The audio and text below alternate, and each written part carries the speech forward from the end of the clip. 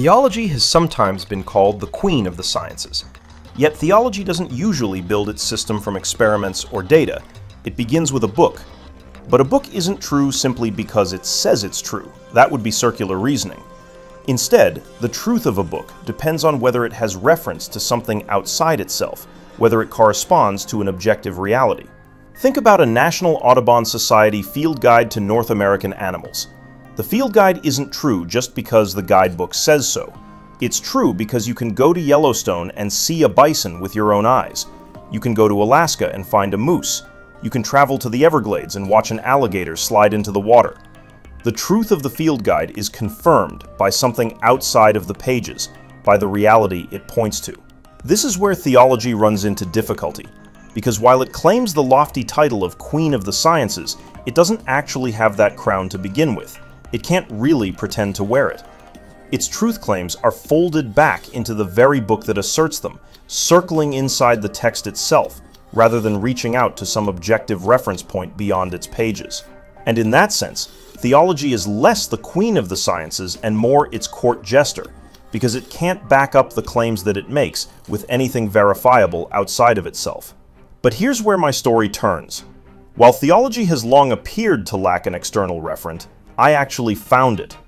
For years, though, I kept this hidden, precisely because of how people would react. A devout religious person might see it as frightening, dangerous, even demonic. An atheist would dismiss it outright as madness. And that's because the subject matter is, in a word, occult. It's important to emphasize, however, that occult does not mean evil, satanic, or demonic, though some nefarious individuals have certainly used it that way. The word occult comes from the Latin occulare, meaning to hide or cover over. That's exactly what I mean by hidden, veiled, or esoteric, something concealed from ordinary view, not something inherently sinister.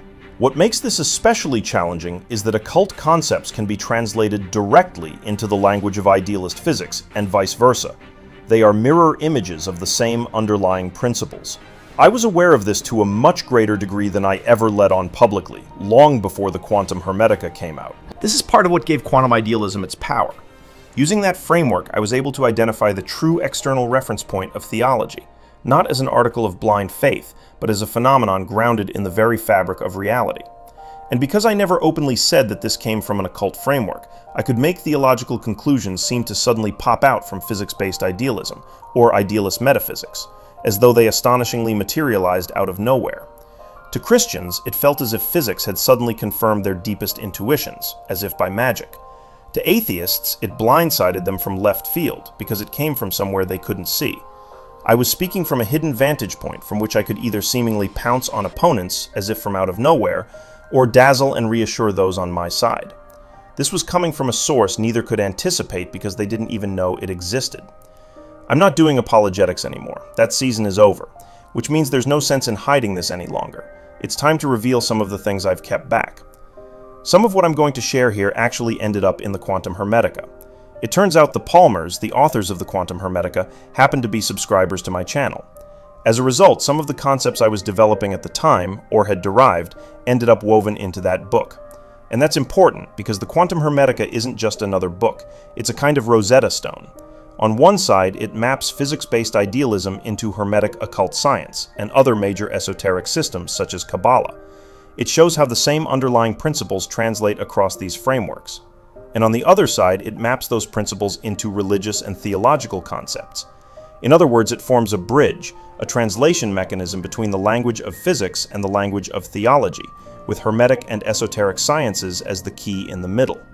If you haven't read it yet, I strongly encourage you to pause this video right now and go buy a copy on Amazon. The link is in the description. It's inexpensive and relatively short at about 100 pages, but the concepts inside it are powerful. Understanding this framework is essential to what I'm about to reveal. Now, I'm going to give you 3 examples of Christian theology that can actually be derived directly from concepts in occult science. Examples I was already aware of while I was doing apologetics with quantum idealism, but deliberately kept hidden at the time. Example 1. Divine creation. When I was 15, I independently deduced what I later realized was a rough equivalent of Leibniz's monadology. My conclusion at the time was that reality itself is informational. Everything, even matter, is made of information. Immediately, I recognized this as a theological bridge. Later, I discovered that physics was catching up, with proposals that space-time itself emerges from information. In Scripture, God is pictured as creating by speech. Genesis 1:3 says, "And God said, 'Let there be light,' and there was light." John 1:1-3 declares, "In the beginning was the Word. Through him all things were made. Without him nothing was made that has been made." And Psalm 33 verse 6 adds, "By the word of the Lord the heavens were made, and by the breath of his mouth all their host." Creation unfolds through divine speech. I later discovered this Christian doctrine of creation by the word actually has a deeper occult root in Kabbalah. Kabbalistic teaching holds that God not only created the world through language, but that he continuously speaks the universe into existence.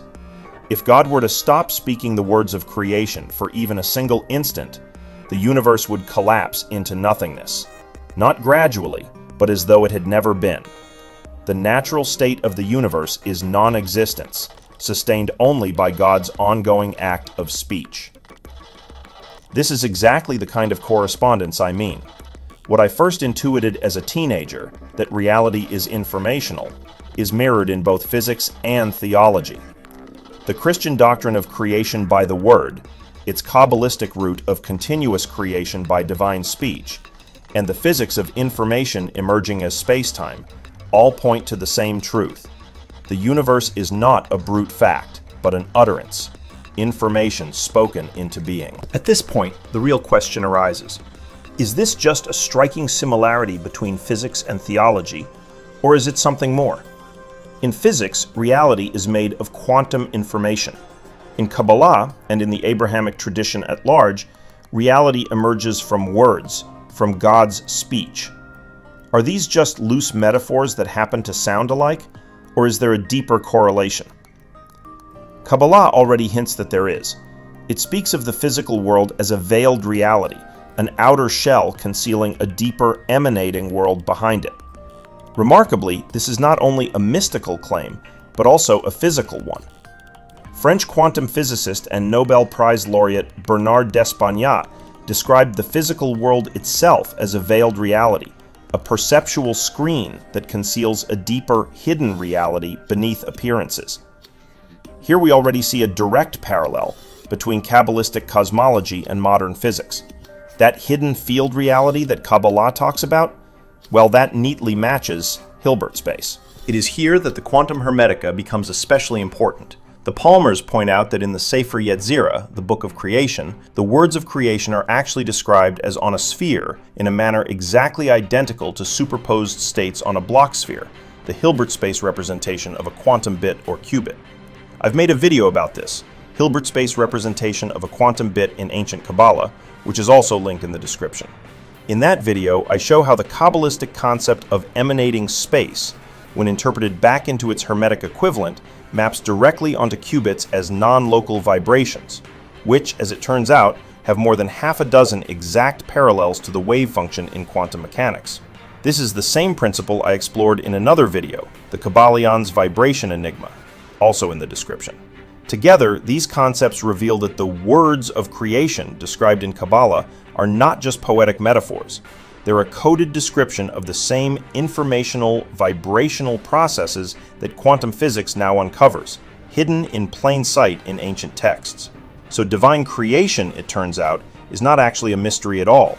It is simply God generating space-time from quantum information, and a description of something that sounds astonishingly similar to this actually shows up in ancient occult texts, which is at the root of the theological concept seen in the Bible around divine creation. Example 2. The fallen state. In Genesis, the fall happens when Adam and Eve eat from the tree of the knowledge of good and evil. Yet the text never actually explains how this act causes the fallen state to occur on a metaphysical level. Eating from a tree of knowledge is clearly symbolic. It presents knowledge of good and evil as somehow causative in humanity's fall. But the mechanism is left unstated. This struck me as odd. Scripture names the event, but not the metaphysics behind it. However, when I interpolated this story into my own Leibnizian-style informational metaphysical framework, I immediately recognized an explanation. Here the concept of an emanating realm, as well as informational states existing within it that we just discussed, becomes important. Within my framework, the informational states that generate reality also have a mental ontology. Reality itself is informational, but the information generating it consists of knowledge states, or mental states, in the realm above it. In other words, the fabric of reality is woven not just from impersonal data, but from states of knowledge in a higher emanating layer of reality. Within my metaphysics, knowledge on one level corresponds to perception on the next. So when the higher level state of knowledge of good and evil is introduced, the world generated beneath it reflects that, producing the perception, and thus the reality, of evil within creation. Think of it like color blindness. A person with red-green color blindness could never even dream of the color green, because they lack the knowledge of green in their perceptual framework. Likewise, an environment generated without the higher level knowledge of good and evil would be incapable of producing evil within it. But once that knowledge enters the higher ontological level, the lower reality necessarily manifests the experience of good and evil. I had actually discovered this dynamic when I was 15, but later I found that the same concept already existed in Kabbalah. There, da'at, the same word for knowledge, used in Genesis to describe the tree of knowledge of good and evil, is identified as the anti-sephirot in the emanating space above physical reality. Da'at, which literally means knowledge, corresponds to the tree of death, the domain through which one experiences evil. In Kabbalistic cosmology, to emanate under da'at is to generate a world in which evil can be experienced. I included this concept in my video, Why There Is Evil, all the way back in 2012, but I didn't mention the connection to Kabbalah in it at the time. But that wasn't the only thing I hit at the time. When you examine the properties of this fallen state in more detail, you find that not only can it be mapped onto the physics version of the metaphysics, the quantum idealist equivalent of the same framework, but it also shows up far beyond Christianity. In fact, I discovered that the same fallen state pattern appears in 5 other religious systems as well. I kept this quiet because institutional Christianity likes to imagine itself as unique. Revealing this would have introduced a too strong perennialist implication, a suggestion that these patterns are universal and underlying rather than exclusive, which I knew would be uncomfortable for much of my audience at the time. Another dimension of this hidden framework involves something I've already derived from a metaphysical argument in other videos, the doctrine of privatio boni, that evil is not a thing in itself, but a privation of good. When you do this derivation, you see that evil truly is a privation. But, contrary to the way it's often presented, God does not create Swiss cheese, little pockets of missing good inside creation. Evil isn't created as something missing something from the start. It can only miss what ought to be there after the fact, by disconnecting from the other elements that make it whole. A simple analogy is a glass. A glass intact is good. When it shatters, each piece is bad in the sense that it no longer fulfills the good of being a glass. But if those pieces are reassembled, the glass becomes good again. Evil in this sense is the disconnection, disordering, and fragmentation of something that is fundamentally good. This is why the knowledge of good and evil is needed to produce evil in the world, rather than simply the knowledge of evil. Evil requires good to exist. When we interpolate this insight back into the metaphysical picture, we see the fallen state not as God inserting evil into reality, but as fragmented consciousness in the shared inner space behind space-time, in the emanating realm that generates our world. What was once whole becomes scattered. What was once unified becomes entropic. This description matches almost exactly the Kabbalistic concept of the klipoth, or what esoteric Judaism describes as fallen consciousness as husks, shells or fragments disconnected from the vessels of light, an image tied to the doctrine of the shattering of the vessels. It is also the same as the concept NASA physicist Tom Campbell refers to as entropic consciousness in his quantum idealist system described in My Big TOE. I had integrated this into my physics-based version of the model, with the fragmented consciousness existing in the shared inner space behind space-time, in a video I did 10 years ago called The Inner State of the Non-Local Mind. The concept there is essentially the same concept of the klipoth put into a framework of Hermetic Kabbalah, but translated into a quantum idealist framework. The same model also shows up in one section in the 4th chapter of the Quantum Hermetica. This picture also appears in Buddhism, though in a different form. Buddhism does not explicitly speak of a fallen state, but it does describe what is essentially the same condition in terms of ego consciousness, consciousness in separation. According to Buddhist teaching, suffering, or dukkha, arises from clinging to a false sense of self. The ego is not the true self, but rather an illusion of separateness that divides consciousness from the larger unity of reality. This fragmentation of awareness into I and other is the root of craving, aversion, and ultimately suffering. In other words, the Buddhist diagnosis of the human condition is that consciousness has fallen into a state of isolation. Instead of recognizing its unity with the whole, it identifies with a fragment, a passing cluster of thoughts, sensations, and desires, and mistakes this fragment for the totality of being. So even though Buddhism does not use the language of Eden or the fall, it becomes apparent on the occult analysis of the fallen state that it describes the same structure. This same picture also ties directly into Hindu thought, where it takes the form of duality.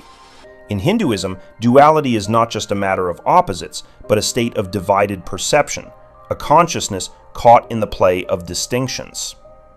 And here we find a unique feature linking the fallen state to Hinduism, one that only becomes apparent when viewed through the larger metaphysical framework. In a state of duality, the mind is under the veil of illusion known as Maya. Maya conceals the spiritual reality that lies beyond, presenting the world as if it were purely material. As long as consciousness is confined within the fallen state of duality, it cannot see past this illusion. But if consciousness were connected outside of the fallen state, it would be able to reach into the deeper unity underlying physical reality itself. In that state, one perceives directly that the universe is not fundamentally material, but an emanation of consciousness. This is why in Hindu teaching, when you transcend duality, you also transcend Maya. To overcome the illusion is to pierce the veil and see the underlying reality. In other words, the Hindu doctrine of Maya describes the very same condition as the fallen state in Christianity and ego consciousness in Buddhism, a fragmentation of unity into the illusion of separation, which hides the true spiritual foundation of the world. A complementary aspect of this also shows up in Islam. After the fall, the Quran describes Iblis as the deceiver, whose task is to lure humanity into delusion. In several verses, such as Surah 35:5, people are warned not to be deceived by the life of this world, and not to let the deceiver mislead them about God. Classical commentators explain this as Satan's strategy of making the material world appear as if it were the only reality, while veiling the unseen and the hereafter. In this sense, Iblis drives people into materialism, into believing that only matter is real and that the immaterial side of existence does not exist. The last example I want to look at comes from a spiritual tradition that isn't explicitly religious, but which has distinct tropes of its own. When we take this occult model of the fallen state and interpolate it back into its equivalent physics synthesis, something very interesting and strikingly recognizable emerges. In the integrated information formulation of quantum idealism, consciousness is quantified in terms of information content. So to understand this next move, we first need the conversion between energy and information. We begin with the formula for a black hole's entropy, which is tied to the size of its event horizon. In simple terms, the bigger the horizon, the more entropy it has. Next, we translate that horizon into something physical we can measure, the mass of the black hole. Using the Schwarzschild radius, we can calculate the area in terms of m. Now we substitute that area into the entropy equation. This shows us directly how the entropy depends on the square of the mass. Because energy and mass are interchangeable through Einstein's equation E equals mc squared, we can rewrite the entropy in terms of energy instead of mass. Finally, there's a way to convert entropy into bits of information. This comes from what's called the Shannon-Boltzmann relation, which tells us how to reinterpret physical entropy as information content. Then we plug this back into the original equation that related entropy to energy. At this point, all the physical constants can be grouped together into one symbol, alpha, which gives us a compact formula, translating information content directly into energy. In integrated information theory, consciousness is defined as the information contained within a partition. the informational structure that makes an experience unified. But since we've just seen that information can be translated into energy, this means consciousness should also have an associated energy value. On quantum idealism, consciousness is not just abstract information, it is identical to quantum entanglement. As noted in footnote 14 of Giulio Tononi's paper, Consciousness as Integrated Information, a Provisional Manifesto, integrated information is explicitly identified with quantum entanglement. That connection is critical. The energy content defined by the information content of consciousness ends up entering directly into the Schrödinger equation that describes entanglement. When you solve that equation, the energy shows up in the K value, the frequency of vibration of the wave function. Now, in this framework, the fallen state of consciousness can be understood very precisely. Fallen consciousness is consciousness with less entanglement. That means it carries less information, which translates into less energy, and therefore a lower vibrational frequency. So on this model, the fallen state corresponds directly to an actual physical property, lower vibrational consciousness. And here's what makes this so remarkable. To see the fallen state as lower vibrational consciousness, you actually have to bring together some of the deepest equations in all of science. You need Einstein's E equals mc squared from relativity. You need the equation for the event horizon of a black hole. You need the holographic principle, the Shannon-Boltzmann relation that converts entropy into information. And then Tononi's integrated information theory, which links information directly to consciousness, and, as Tononi himself noted, to quantum entanglement. Only by putting all of these together do you arrive at the realization that consciousness has an energy value. This value enters the Schrödinger equation, and, as a consequence, the fallen state corresponds to lower vibrational consciousness. And this is striking because it's a common theme in New Age thought, that lower vibrations correspond to a lower fallen state of consciousness. But here's the key. You would never have actually derived this, nor connected it back across Christianity, esoteric Judaism, Buddhism, Hinduism, and Islam, without the physics-based model that makes the hidden structure explicit. I was aware of all of this long before, but I couldn't come out with it because of the occult connection, and because of how people in institutional Christianity would react. Without the model, these 6 traditions appear separate, but with the model, you see what's really going on. These descriptions in religion are literally the old story of the blind men and the elephant, each tradition grasping a different part of the same thing and thinking it's something else. With this framework, the blindfold comes off, and you can finally see that it's all one reality viewed through different lenses. Example 3. The marriage doctrine. The next doctrine I want to look at is marriage. In Christianity, marriage is held up as a covenant between man and woman. The stated reason is usually drawn directly from Genesis. God created Adam and Eve, not Adam and Steve. In other words, the traditional Christian argument is that God created the first man and woman as complements to one another, and that this pairing itself is the basis for marriage. The scriptural foundation for this comes from Genesis 2:21-24, which reads, "So the Lord God caused the man to fall into a deep sleep, and while he was sleeping, he took one of the man's ribs and then closed up the place with flesh. Then the Lord God made a woman from the rib he had taken out of the man, and he brought her to the man. The man said, 'This is now bone of my bones and flesh of my flesh. She shall be called woman, for she was taken out of man.' That is why a man leaves his father and mother and is united to his wife, and they become one flesh."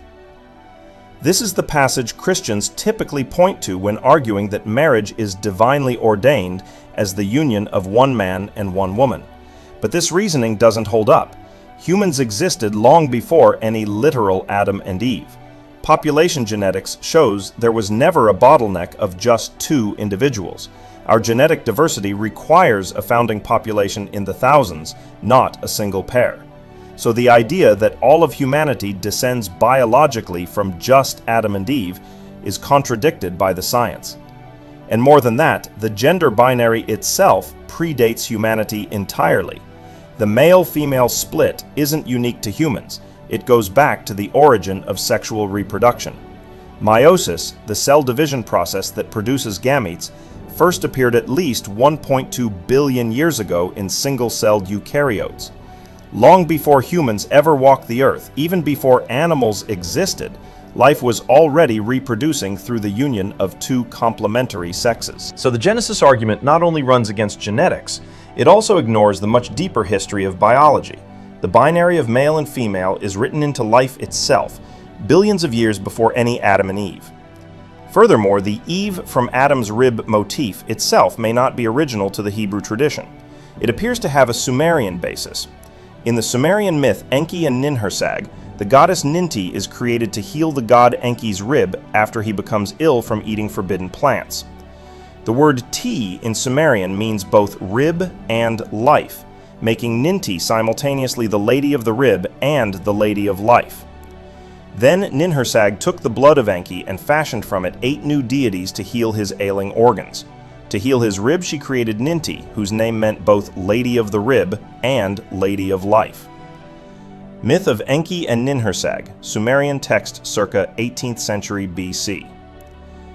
Many scholars have suggested that this pun may have influenced the later Hebrew account, where Eve, Chava, is called the mother of all living and is said to have been formed from Adam's rib. In that light, the Genesis story looks less like a unique revelation and more like a retelling of an older Mesopotamian motif, one that used wordplay between rib and life to symbolize the creation of woman. But there's a deeper pattern at play here, one that only becomes visible when we go beneath the surface and look at this through comparative religion. This example of Eve coming out of Adam and marriage being the means by which the two are reunited as one flesh is not unique to Genesis. It's a universal archetype. Across the world's spiritual traditions, we find the same underlying motif, that creation begins as a unity which divides into complementary halves, and that salvation, enlightenment, or harmony comes through the reunion of those halves into a single whole. This pattern is so common that it even has a name, the androgyne. There are more examples of this beyond the original Jewish account in Genesis. In addition to the creation of man and woman, Christianity presents another example of this archetype in Colossians 1, where all things are said to hold together in Christ, who is also described as the head of the church. Since Christ is the husband and the church is the wife, this reflects the same principle of divine polarity, unity expressed through a dual relationship. When this is understood through an idealistic paradigm, it becomes a direct example of an occult hermetic concept known as mental gender. The idea that the female appears within the male, or that duality is generated internally within consciousness itself. Islam expresses the same metaphysical truth. A well-known saying in Sufi mysticism declares, "Out of the original unity of being, there is fragmentation and dispersal of beings," the last stage being the splitting of one soul into two. And consequently, love is the search by each half for the other, on earth or in heaven. Here again, division from unity leads to duality, and the longing for reunion drives creation. In Buddhism, the bodhisattvas Avalokiteshvara and Tara represent the male and female counterparts of the same divine essence. According to legend, Tara came into being from a tear of Avalokiteshvara that fell into a lake, the feminine principle emerging from the masculine, originally united within one being. In Hinduism, the divine pair Shiva and Shakti represent the masculine and feminine principles. Shiva is pure consciousness, still, formless, and transcendent, while Shakti is energy, movement, and manifestation. The two are never truly separate, but their apparent division gives rise to the universe. When they reunite, consciousness and energy merge once more, and this union is described as cosmic consciousness, awareness awakening to its own infinite nature. This same idea is visually embodied in Ardhanarishvara, the half-Shiva, half-Shakti form representing perfect balance, male and female united within a single being, the living symbol of the androgyne. In Egyptian religion, this same pattern appears in multiple forms. The creator god Atum was said to have brought himself into being, an androgynous he-she who generated the first divine pair, Shu, air, masculine, and Tefnut, moisture, feminine, from his own essence. This marks the original division of unity into duality. Later, the god Osiris and the goddess Isis also embody this archetype. They are brother and sister, husband and wife, two halves of the same whole. Their myth is not one of incest, but of cosmogony. It symbolizes the division of the primal unity and its restoration through reunion, from which Horus, symbol of divine order and renewal, is born. The same pattern recurs in other divine pairings, Ptah and Sekhmet, Ra and Hathor, Amun and Amunet, each expressing masculine and feminine aspects emanating from a single source. In Sumerian cosmology, creation begins with the sacred mountain Anki, the unity of heaven and earth. This unity divides into An, heaven, masculine, and Ki, earth, feminine, whose separation brings the cosmos into being. This is the oldest known mythic form of the split of one into two, echoing the same pattern found in later traditions. At the heart of all these traditions lies a single metaphysical concept, the androgen. This is the original state of being in which the two principles, masculine and feminine, or initiative and receptive, exist together as one. The androgen represents undivided wholeness, the primordial unity before the separation of forms. From this unified state, the two aspects divide. Male and female emerge as complementary expressions of a deeper oneness. In mythic language, this division gives birth to creation itself, and the reuniting of the two, the return to the androgen, becomes the symbol of restoration, harmony, and completion. This concept of the androgen, the unity of the masculine and feminine, or the initiative and receptive, isn't limited to myth or scripture. It's prehistoric, and it shows up physically in architecture. All over the ancient world we find the same design, the triptych temple, 3 doorways or chambers side by side, the 2 outer ones mirroring each other and a larger central one between them. This layout appears in Mesoamerica, Southeast Asia, and Egypt, cultures separated by oceans and millennia, yet sharing the same symbolic pattern.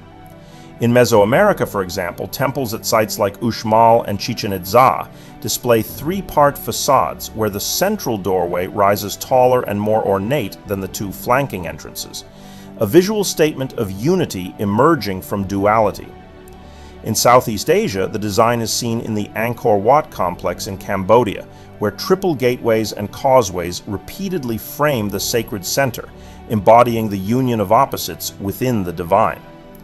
And in Egypt, temples such as those at Edfu and Karnak follow the same tripartite logic: 2 symmetrical side chambers and a central sanctuary representing the presence of the divine. We know what this design means because the same motif reappears in medieval cathedral architecture. When the Masons were commissioned to build Europe's great cathedrals, long before the church's later break with Freemasonry, they embedded esoteric symbolism into the stonework. The facades of cathedrals like Notre Dame de Paris, Chartres, and Amiens feature the same 3-door structure: 2 smaller side portals and 1 great central doorway.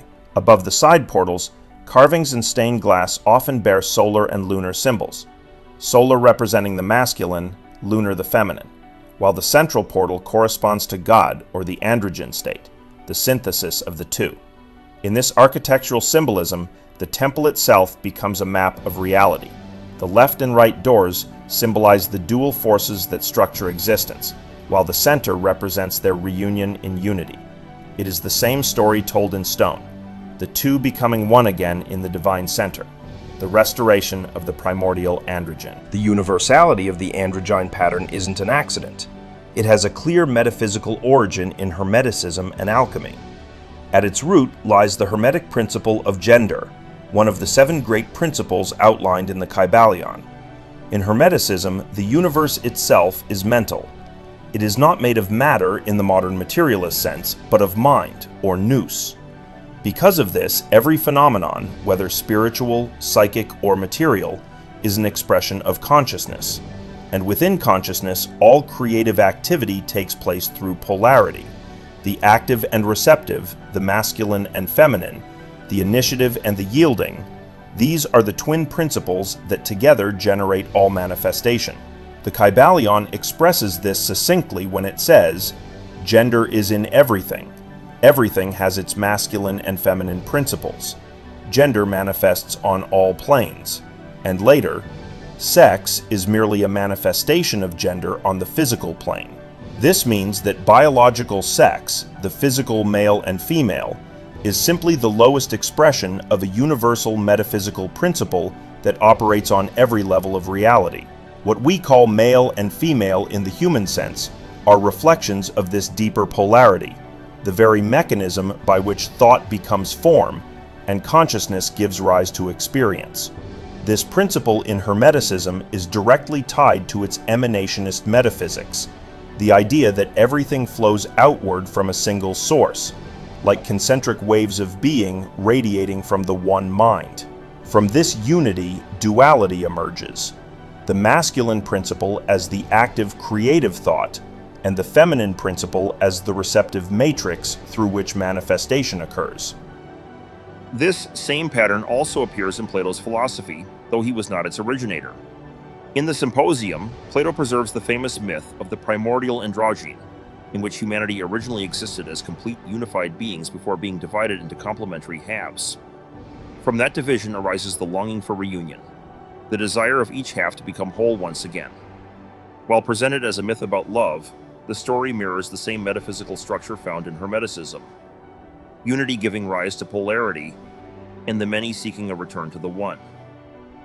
In both traditions, creation begins with an original wholeness, unfolds into complementary opposites, and finds its fulfillment in Hermetic language. The masculine corresponds to the initiative principle, the active projective force that sets things in motion, while the feminine corresponds to the receptive principle, the field that receives, shapes, and manifests what is initiated. These are not moral categories or social stereotypes, but universal polarities that operate throughout nature. You can even see reflections of this in human behavior. Studies in social psychology consistently show that across cultures, men more often take the initiating role in courtship, while women more often prefer to be approached. Hermeticism interprets this not as social conditioning, but as a reflection of an energetic polarity, the same rhythm of initiative and receptivity that underlies creation itself. Biology expresses the same principle in its most fundamental act of generation. The sperm acts as the male principle, the initiative force that moves outward in search of union. The egg serves as the female principle, the receptive matrix that receives and integrates. The same pattern appears everywhere in nature: pollen and flower, transmitter and receiver, energy and field, each pairing illustrating the flow from active to receptive that gives rise to life. Even our technology unconsciously mirrors this archetype. Deriving from the euphemistic metaphor, the plug is male and the socket is female, a design where energy flows from the active into the receptive to complete the circuit. Everyone recognizes what that alludes to, and that's precisely the point. The pattern of initiative and receptivity, masculine and feminine, is woven into the very fabric of existence. Hermeticism teaches that this is not coincidence but correspondence, one of its oldest maxims. Every act of creation, on every plane, arises from the dynamic cooperation of these two forces. Initiative without receptivity cannot generate. Receptivity without initiative cannot manifest. Together they form the living current through which all things come into being. In Hermeticism, the division into masculine and feminine arises through the process of emanation. At the beginning, all things exist in a unified state, the one mind, undivided and whole. But as creation unfolds, this unity differentiates itself into polarity. The masculine appears as the outward creative impulse, while the feminine manifests as the inward formative power through which manifestation takes shape. This is the same process we discussed earlier under the principle of mental gender. Because Hermeticism is an idealistic and mentalistic metaphysic, every level of existence is an expression of thought, and thought itself divides into active and receptive modes. Thus, the masculine and feminine are not separate beings, but complementary modes of mind, the way the one expresses itself as two in order to create.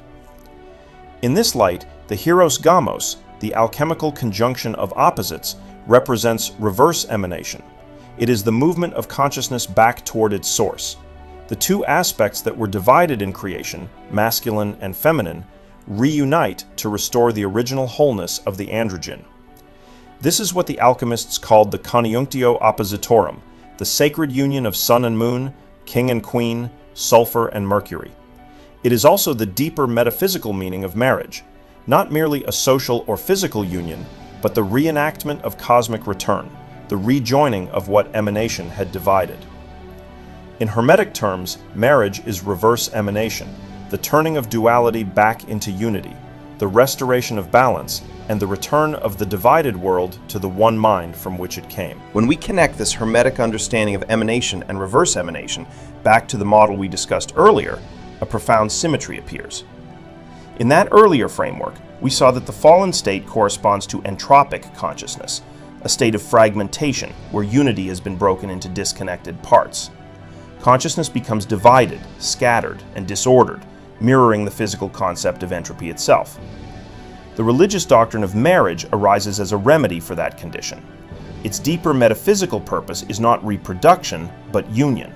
It represents the way back, the path of reverse emanation, through which the fragmented elements of creation are rejoined. In the fallen entropic state, the male and female aspects of consciousness exist as separated halves of a once whole pattern. To return to the source, to reverse entropy, these halves must be brought back into alignment, reunified along the same pattern by which they first emerged. The masculine and feminine must come together once again in harmony, reflecting the original structure of the cosmos. This is also why traditional religion contains its prohibitions around non-traditional unions. The reason behind these prohibitions is not stated openly in the scriptures themselves, but it lies in what those scriptures were built upon, the occult science from which religion ultimately descends. The real cause is metaphysical. Unions that do not follow the original masculine-feminine polarity are seen as reinforcing the fragmented state rather than reversing it. They do not enact the process of reverse emanation, instead they mirror the dispersion of consciousness that characterizes the fallen entropic condition. Religion never explains this directly because the explanation does not come from religion. It comes from the esoteric metaphysics beneath it. To understand it, you have to go underneath religion, into its Hermetic foundation. I was aware of this many years ago when I first constructed the marriage model about a decade ago. I knew that it was Hermetic at its core, and I was trying to reverse engineer it from that foundation. I was aware that the entire framework was built on occult metaphysics, but I also knew I couldn't bring it out into the open. The occult aspect tends to frighten religious audiences, while the metaphysical implications make it too mystical sounding for a secular audience. It existed in a kind of no man's land between two worlds, too esoteric with its occult connotations for mainstream religion, yet too mystical sounding for secular thought. So I kept it quiet at the time. Religious people, bound to their texts, couldn't see it. They inherited the symbols but not the science behind them. It's like a cargo cult venerating an airplane without understanding how it flies. They preserved the form but lost the function. What I uncovered in the marriage model was the mechanism itself, the underlying Hermetic process that religion only echoed in mythic form. The next question is whether this Hermetic model can be replicated within the quantum idealist framework. As it turns out, it can. The quantum idealist framework, described by the Palmers in the Quantum Hermetica, was shown to be systematically identical to the Hermetic framework itself.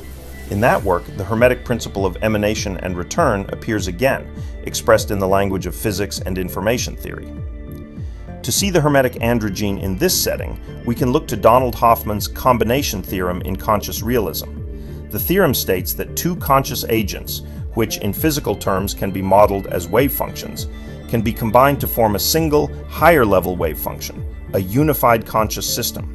Now, if we put that theorem in reverse, we obtain the Hermetic picture, beginning with a universal wave function, representing the mind of God, which then emanates downward, dividing into complementary pairs of agents, male and female, initiative and receptive, the archetypal dualities through which experience manifests.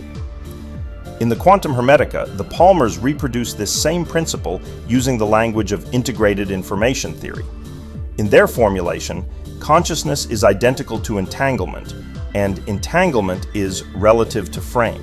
Two conscious agents, entangled at one frame of reference, are perceived as one agent at a higher frame when described by a joint wave function. Their consciousnesses are literally integrated. This is the quantum informational equivalent of the Hermetic process by which the divided halves reunite, the physical translation of the hero's gamos, the sacred marriage of opposites. The only missing piece in this picture is the gendering of the conscious agents involved. Here we must extend slightly beyond third-person physics into first-person metaphysics. If we live in a mental universe, as both quantum idealism and Hermeticism maintain, then every action in nature ultimately arises from conscious motivation. That motivation must be either initiative or receptive, the same polarity that Hermeticism calls masculine and feminine. When we observe natural systems acting in these complementary ways, whether in energy flow, biological reproduction, or information exchange, we are seeing the outward mechanical trace of an underlying intentional structure within consciousness itself. Thus, the quantum idealist model not only reproduces the Hermetic metaphysics of emanation and return, it recreates its gendered architecture. The initiative and receptive modes of conscious agency correspond directly to the masculine and feminine principles, and their integration through entanglement mirrors the androgyne and the hieros gamos. The two traditions, separated by millennia, are speaking the same language, physics and metaphysics converging on the same description of how unity becomes duality and how duality seeks its way back to unity. These three examples, creation, the fallen state, and marriage, are examples of the fact that religious doctrine is based on an occult substructure, something I could not be open about while doing apologetics. Religious texts preserve the form of these truths, but not the understanding behind them. The hidden science that originally explained these doctrines was gradually lost, leaving behind only symbolic echoes. What religion gives us is the outer shell, the story form. What occult science gives us is the inner mechanism, the metaphysical physics behind the myth. Religion describes what happens, Hermeticism explains how it happens. Together, they form two halves of the same structure, one visible, one hidden. This hidden layer, this occult substructure, is the missing referent of theology. It is the objective foundation that religion points toward but no longer recognizes. Once this referent is restored, theology is no longer a self-contained system endlessly interpreting its own texts. It becomes an empirical and metaphysical science with an external point of reference. Through this framework, theology regains its anchor in reality. It becomes something that can be understood, examined, and tested rather than merely believed. The old symbols in Scripture stop being closed circles of interpretation and become living maps, maps that lead us back to the structure of consciousness and the laws of creation themselves. In the end, uncovering the occult substructure beneath religion doesn't destroy faith, it transforms it into knowledge, revealing theology to actually be based on these deeper, hidden structures of reality. If you like this video, subscribe and support me on Patreon.